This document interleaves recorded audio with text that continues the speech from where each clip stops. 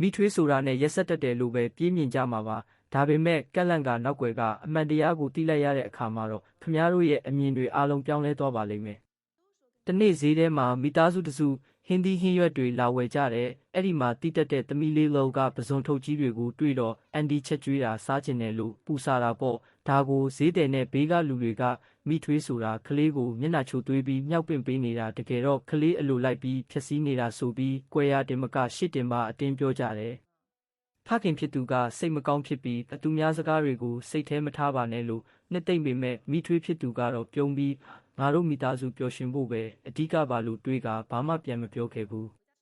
ဒါပေမဲ့ပြဿနာကအဲ့ဒီမှာတင်မပြီးသွားပါဘူးဝဲလေးကောင်းကြိုက်ပြီးအဖျားတက်လာတဲ့အခါဖခင်ဖြစ်သူကကလေးကကစားကွင်းသွားခြင်းလို့ညာနေတာနေမှာပါလို့ပေါ့ပေါ့တန်တန်တွေးခဲ့တယ်ဒါပေမဲ့မိထွေးကတော့အခြေအနေကိုမတင်ကားလို့ကလေးကိုဆေးရုံအမြန်ဆုံးပို့ဖို့အတင်းတိုက်တွန်းခဲ့ရတယ်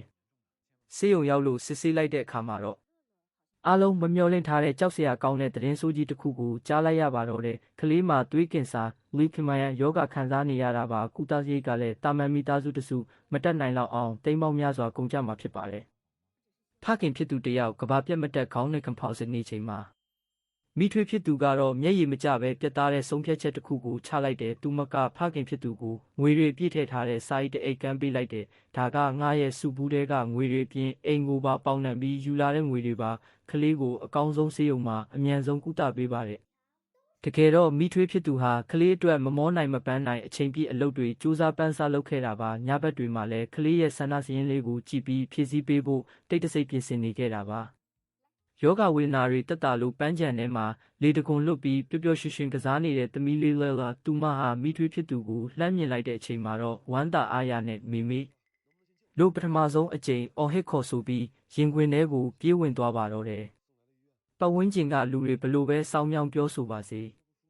အချစ်စစ်ဆိုတာပြောလာဖို့မလိုပါဘူးလောက်ရက်နဲ့တက်တီပြယုံနဲ့တင်လုံလောက်ပါတယ်မိထွေးဆိုတဲ့စကားလုံးရဲ့အနောက်ွယ်မှာတကယ်မေမေရင်တယောက်ထက်မကတဲ့မေတ္တာတရားတွေရှိနေနိုင်တယ်ဆိုတာဒီဇလန်းလေးကတက်တည်ပြနေပါတော့တယ်这怎么行啊！我说这些不是管你们要钱啊，你们也不容易，我就是后悔啊。之前陈磊跟我说你们要给孩子买保险，周哥，这钱呀您先拿着，大家都是朋友，就孩子要紧。谢谢你们。多亏有你，你为乐乐的付出我都看在眼里。尤其是看到周哥的事情之后，我才知道你这么后悔一生。咱们这个小家呢，也越来越有奔头，乐乐呀也越来越开朗。只要是为了乐乐好，怎么都值得。妈妈，你帮我弄一下。叫你呢。哎，来了。